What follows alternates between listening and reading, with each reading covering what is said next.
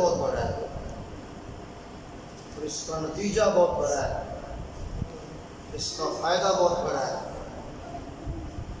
اس کے متعلق میں ایک بات آپ کی خدمت میں عرض کر دیتا ہوں کہ حضرت حسین پاک کے ذکر کے اندر آ کر بیٹھنا، ذکر کو سننا اور ٹائم دینا، یہ بہت بڑی خوش قسمتی ہے۔ ہندوستان کے اندر ایک علاقہ ہے خراسان، یہ ہندوستان کا علاقہ ہے، چونکہ اس وقت پاک و ہند وکھرے وکھرے نہیں تھے، ایک ہی تھا، بر صغیر کو نہ جاتا تھا۔ پاک و ہند کا سلسلہ بعد میں ہوا۔ خراسان کا جو حکمران تھا نا، والی خراسان، اس کے پاس بڑی طاقت اور بڑی فوجیں تھیں، بڑا وہ طاقتور والی تھا خراسان۔ ایک دن اس کے ذہن کے اندر ایک خیال آیا، اس نے حضرت امام حسین کا ذکر کسی عالم دین سے سنا یا کسی کتاب سے پڑھا، تو اکیلا بیٹھا ہوا تھا۔ اکیلے بیٹھے بیٹھے اس کے ذہن میں خیال آیا کہ میرے پاس حکومت ہے، طاقت ہے، فوجیں ہیں، سواریاں ہیں، ہتھیار ہیں، کاش کہ میں حضرت حسین کے زمانے میں ہوتا۔ سبحان اللہ، سبحان اللہ۔ اس نے اپنے دل کے اندر یہ بات سوچی، کہتا ہے کاش میں حضرت حسین کے زمانے میں ہوتا، یہ میرا سب کچھ، میری فوجیں اور میرے ہتھیار، میری سواریاں، میری طاقت حضرت حسین کے کام آ جاتی، یہ میرا سارا کچھ امام حسین کو کام آ جاتا اور میں حسین کی طرف سے کھڑا ہو کے یزید سے لڑ جاتا۔ پھر بات یہ اس نے اپنے اندر سوچی، یہ بات کیا کچھ نہیں، فقر سوچا ہے۔ بیٹا تو ہم لوگ کی کر رہے ہیں، میرے کو تھوڑے دارا میرا بھی میں اس طرح بڑی تھوڑی میرے چلو واچس نہیں سارا دن ساری رات 2 منٹ 10 منٹ ہو ٹائم رہ گیا، دعا مانگنا سونا میرا پتر میرے میں بچے میرے۔ تو اس نے کیا کچھ نہیں، وہ فوج بھیجی نہیں، اسلحہ بھیجا نہیں، ہتھیار نہیں بھیجے، فقط سوچا ہے کہ یہ سارا کچھ میرا حسین پاک کے کام آتا، میں حسین کی طرف سے لڑ جاتا، یزید سے ٹکرا جاتا، یہ اس نے سوچا ہے۔ سوچ کے بات ختم ہو گئی۔ اب جتنی اس کی زندگی تھی، اس نے زندگی اپنی بسر کی، موت آ گئی، مر گیا۔ مرنے کے کچھ عرصے بعد کسی اس وقت کے بندے کو خواب کے اندر اس کی ملاقات ہوئی۔ کسی بندے نے اس خراسان کے حکمران کو خواب کے اندر دیکھا۔ دیکھتا ہے وہ بندہ کہ خراسان کا جو حکمران ہے وہ جنت کے اندر ٹوروں کے ساتھ پھر رہا ہے۔ سبحان اللہ، چہل نہیں کر رہا ہے جنت کے اندر۔ اس بندے نے بڑے تعجب کے ساتھ پوچھا کہ علی جان، آپ تو ہمارے خراسان کے حکمران تھے، تو آپ جنت میں کیسے تشریف لے آئے؟ چونکہ جو بندہ اقتدار کی کرسی پہ ہوتا ہے نا، اس سے غلطیاں ہو جاتی ہیں، انصاف کی غلطیاں، عدل کی غلطیاں، رعایا کی توجہ، رعایا کا خیال نہ رکھنے کی غلطیاں وغیرہ وغیرہ۔ وقت کے حکمران سے یہ غلطیاں سرزد ہو جاتی ہیں۔ اس کے ہاتھ میں جو انصاف کا اور عدل کا ترازو ہوتا ہے نا، وہ بسا اوقات قائم نہیں رہتا، ترازو کے اندر لغزش آ جاتی ہے، ترازو انصاف پہ قائم نہیں رہتا۔ تو اس بندے نے تعجب کے ساتھ پوچھا کہ آپ چونکہ ہمارے حکمران تھے خراسان کے، آپ جنت میں کیسے آئے؟ کون شامل آپ کو جنت میں لے کے آیا؟ جبکہ حکمران کے لیے جنت میں جانا بڑا مشکل مرحلہ ہے، اس کا حساب بڑا مشکل ہوتا ہے۔ اور یہ ویسے بھی بات واضح ہے، جتنا بندہ زیادہ دولت مند ہوگا اتنا اس کا حساب زیادہ ہوگا۔ یہ دنیا کا بھی معاملہ ہے، آخرت کا بھی ہے۔ اس بندے نے یہ بات اس سے پوچھی کہ آپ جنت میں کس وجہ سے آئے ہیں، کون سا عمل آپ کو جنت میں لے کے آئے ہیں؟ اب اس نے آگے سے جو جواب دیا وہ جواب قابل غور ہے۔ کہنے لگا جب میں حکمران تھا نا، ایک دن میں نے صرف سوچا تھا حسین، سبحان اللہ سبحان اللہ، کیا کچھ نہیں، میں نے حضرت حسین کے بارے میں سوچا تھا کہ یہ میری حکومت، طاقت، اقتدار، یہ میری فوجیں اور یہ میرے ہتھیار، یہ سب کچھ کاش کہ میں حسین کے زمانے میں ہوتا اور حکومت میرے پاس ہوتی، یہ سب کچھ میرا حسین کے کام آتا۔ سبحان اللہ، میرا یہ سوچنا اللہ کو پسند آ گیا، میرا یہ سوچنا حسین کو پسند آ گیا۔ اس سوچنے کے عوض میں اللہ نے جہنم حرام کر دیا، جنت عطا فرما دی۔ دب کے کہیے سبحان اللہ۔ یہ حضرت امام حسین کے ذکر کی بات اس نے سوچا صرف، اور آپ کو روزہ کے بیٹھتے ہیں، سبحان اللہ، روزہ کے ذکر سنتے ہیں، وہ ذکر کرواتے ہیں اور دعا دیتے ہیں اور محبت کے ساتھ ٹائم نکالتے ہیں۔ یہ لائٹ خرچ ہو رہی ہے، یہ سب کچھ رائے گا نہیں۔ اب چونکہ ہم فطرتاً ہم جلد باز ہیں، تو جلد بازی کی وجہ سے شاید ہمیں کہیں دکھائی نہیں دیتا، لیکن آخرت میں اس کا بہت بڑا اس کا بہت بڑا ثواب ہے۔ اور حضرت حسین پاک کو ایک ذکر کے اندر آنا، یہ اسی لحاظ سے بھی فائدے سے خالی نہیں، اس کے اندر فائدہ ہی فائدہ ہے، نفع ہی نفع ہے، اور اس کے اندر کمائی ہی کمائی ہے، دنیا کی کمائی بھی ہے، آخرت کی۔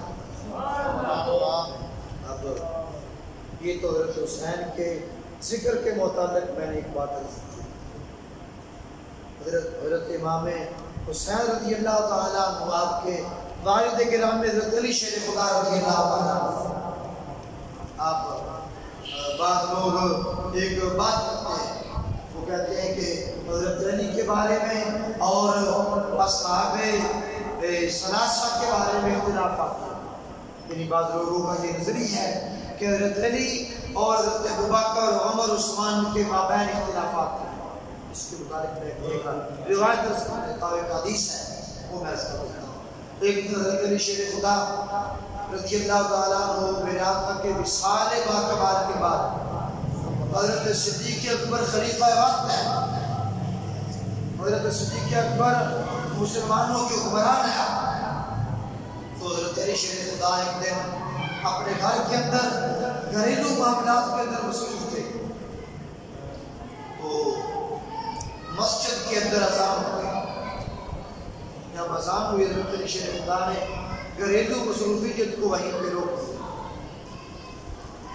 روک کے فرمایا کہ اذان ہو گئی ہے، اب میں یہ کام یہیں پہ روک دیتا ہوں، مسجد میں جا کے۔ حدیث کے بعد ہے ثم قام، حضرت علی اٹھ کھڑے ہوئے، وتحیا للصلاۃ، آپ نے کھڑے ہو کے نماز کا ارادہ کیا۔ اب میں بھی اور آپ بھی، ہمارا نعرہ ہے کہ ہم حیدری ہیں، حضرت علی کے عاشق ہیں، لیکن نماز کے متعلق ہم بڑی لاپرواہی کرتے ہیں، نماز کے متعلق ہمارے اندر بڑی غفلتیں ہیں اور بڑی کوتاہیاں ہیں نماز کے معاملے میں، ہم نمازی نہیں ہیں، بے نمازی ہیں۔ اس لیے اگر ہم نعرہ حیدری لگاتے ہیں، وہ ہم کہتے ہیں حیدریم مستم کلندرم، کہ میں حیدری ہوں، میں حضرت علی دے عشق وچ مست ہاں، حضرت علی دا میں کلندر ہوں، اس کا ترجمہ یہ بنتا ہے۔ تو حضرت علی کی سیرت اور آپ کا کردار اور آپ کی جو زندگی ہے وہ یہ ہے کہ نماز نہیں چھوڑیں۔ بے شک اس لیے ہم اگر پورے غلام عقلی بن جائیں تو پھر ہمیں نماز ہی پڑھنا چاہیے. تو حضرت علی ثم قام، آپ کھڑے ہو گئے، وتحیّا للصلاۃ، نماز کا ارادہ فرمایا. نماز کا ارادہ کر کے گھر میں نماز نہیں پڑھی. مسجد کے امام حضرت صدیق تھے اور وقت کے حکمران میں جناب صدیق تھے. اب کیا ہوا؟ وحضر المسجد، حضرت علی شریف اللہ مسجد کے اندر حاضر ہوئے. مسجد میں پہنچے، صفیں بنی ہوئی ہیں، حضرت صدیق اکبر مصلی امامت کے اوپر جلوہ فرما ہے. تو مؤذن نے اقامت کہی جماعت کے لیے، اقامت ہو گئی، صفیں درست ہو گئی. تو اب حضرت علی شیر خدا نے اکیلے نماز نہیں پڑھی. ثم صلی خلف ابی بکر، حضرت علی نے ابو بکر کے پیچھے نماز باجماعت وکھرے نماز نہیں. اب مجھے آپ بتائیں، اگر اختلافات ہوتے تو حضرت علی صدیق اکبر کے پیچھے نماز پڑھتے؟ اب ہماری اس مسجد کے اندر کسی نمازی کو امام صاحب سے کوئی اختلاف ہو جائے، وہ امام کے پیچھے نماز ہی نہیں پڑھتا. کہتے جی میرا امام صاحب سے یہ اختلاف ہے، میری یہ ناراضگی ہے، سنا ہوگی تو میں نماز پڑھوں گا. یہ امام صاحب کے اندر یہ کمی ہے، کمی دور کریں گے تو نماز پڑھوں گا. ایسے ہوتا ہے کہ نہیں؟ بسا اوقات ایسے ہو جاتا ہے، کئی مسجدوں میں ایسے ہو جاتا ہے. تو حضرت علی جو علم کے شہر کے نوازے ہیں، اگر حضرت ابوبکر کے اندر معاذ اللہ کوئی دونوں کے اندر کوئی ناراضگی ہوتی تو علی کبھی نماز نہیں چھوڑتا. حضرت علی نے ابوبکر کے پیچھے نماز ادا کر کے بتا دیا کہ علی نے ابوبکر کو اپنی نماز کا امام بھی مانا ہے اور سیاست کا امام بھی مانا ہے. علی نے ابوبکر کو امام مانا. حضرت علی نے قیامت تک کے لوگوں کے روچے بند کر یہ واضح کر. اب جو جن لوگوں کے یہ گھوسلے ہیں کہ معاذ اللہ حضرت علی سے خلافت کا امامت کا اگر چھینا گیا، ایسی باتیں کرتے ہیں، ایسا ان کا نظریہ ہے. ادھر سے تو حضرت علی کو کہتے ہیں، ہم بھی کہتے ہیں کہ حضرت علی شیر خدا ہے. شیر کے بنا جنگل دے ایمان نہیں ہوتا. جگہ اللہ کا شیر ہو گئے وہ اپنا ہاتھ کسی نے کھول دیتا ہے. یہ دو باتیں نہیں اکٹھی ہو سکتی. یا تو علی کو شیر خدا نہ مانو، اگر شیر خدا مانتے ہو پھر یہ نہ کہو کہ آپ چھین کیجیے. دو باتیں نہیں اکٹھی. اب میں مزید اور ایک روایت ذکر کرتا ہوں. حضرت علی شیر خدا رضی اللہ تعالیٰ ان کے درمیان اختلاف نہیں تھا. کیوں؟ قرآن کہتا ہے رحماء بینہم، یہ آپس کے اندر یوں تھے. قرآن نے کسی مولوی نے نہیں کہا، میں نے نہیں کہا، ہمارے پیر طریقت نے نہیں کہا، ڈوگر صاحب نے نہیں کہا، ہماری قمر صاحب نے نہیں کہا، آپ میں سے کسی بندے نے نہیں کہا. یہ اللہ نے فرمایا رحماء بینہما، میرے نبی کے صحابہ آپس میں سبحان اللہ، شیر و شکر ہے ان کے اندر آپس میں. یہ بڑے نرم مزاج ہے. اگر کہیں کہ آپس میں ان کے اختلافات تھے تو وہ قرآن کا انکار ہوتا ہے. جو بندہ قرآن کا انکار کر جائے وہ اسلام سے خارج ہو جاتا ہے. اب ایک اور روایت میں کر دیتا ہوں پھر میری بات مکمل ہو جائے گی. حضرت ان کا اختلاف نہیں ہے، ان کا پیار ہے، ان کی آپس میں ایک عقیدتیں ہیں. حضرت علی شیر خدا ان کے بارے میں کیا کہتے ہیں؟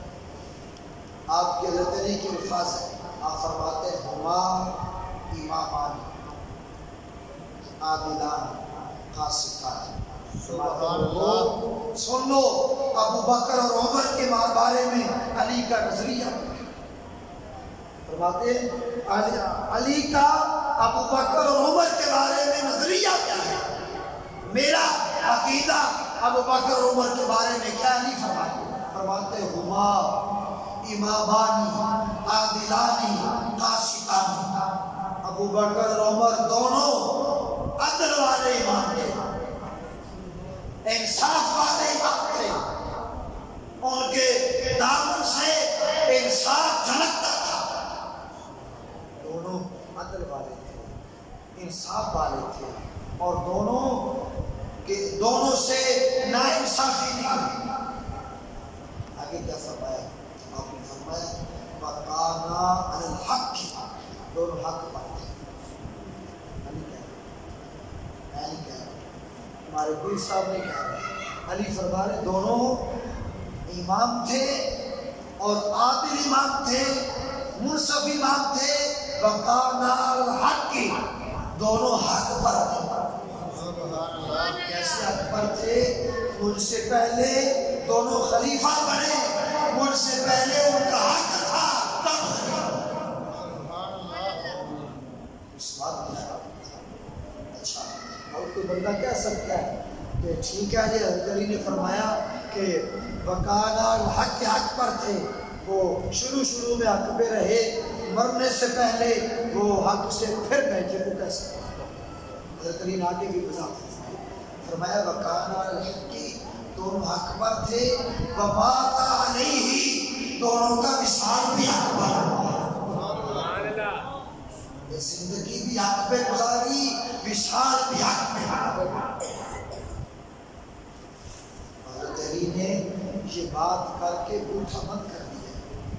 آگے حضرت علی دعا کرتے ہیں، کہتے ہیں فَعَلَيْهِمَا رحمت اللہ یوم القیامہ، اے اللہ میں تیرا علی تیری بارگاہ میں دعا کرتا ہوں ابو بکر اور عمر پر آج سے لے کر قیامت تک، اے اللہ ان پر اپنی رحمت نازل فرما۔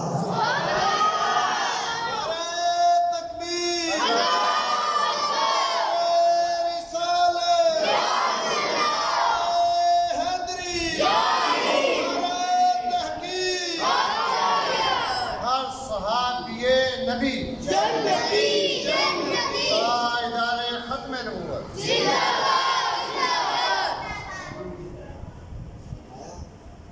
وَقَانَا الْحَقِّ، وَمَاتَ عَلَيْهِ، حق پر رہے، حق پر مرے، فَعَلَيْهِمَا رحمت اللہ یوم القیامہ، اے اللہ میں علی تیری بارگاہ میں دعا کرتا ہوں ابو بکر اور عمر دونوں پر قیامت تک رحمت نازل فرما۔ سبحان اللہ۔ بتاؤ دشمن کے لیے بندہ دعا کرتا ہے، اللہ تعالی حق اور سچ سمجھنے کی توفیق عطا فرمائے۔